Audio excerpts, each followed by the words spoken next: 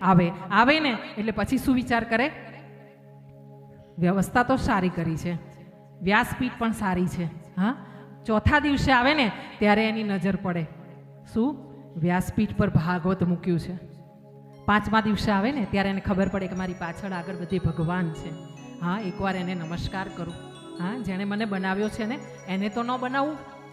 હા, નહીંતર માણસોને એક બુદ્ધિ બહુ સરસ આપી, બાકીના જાનવરોને બુદ્ધિ નહીં આપેલી બિચારાને, એટલે એ તો ભટક્યા કરે. પણ માણસોને એક સદબુદ્ધિ બહુ વધારે પડતી આપી, એટલે માણસો શું કરે કે બુદ્ધિ બહુ વાપરે.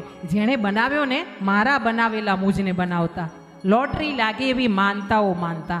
હા, 100 રૂપિયાની લોટરી લે અને 5 કરોડની લોટરી લાગે એવી માનતાઓ માને, અને પાછા હનુમાનજીને જઈને શું કહી આવે? 1 ડબ્બો તેલ ચડાવીશ જો મને લોટરી લાગે તો. અલા ભાઈ, આ તેલ બનાવવા વાળો બી હનુમાનજી મહારાજ, અને આ તને લોટરી 1 કરોડની એ લગાડે અને 1 ડબ્બા તેલમાં એ નાય, એના કરતાં 1 કરોડની લોટરીના ડબ્બા લઈને પોતે જ ના નાઈ લે.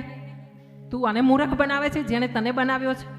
હા, એવું સંસારમાં આપણા બાળકો આપણાને બનાવે.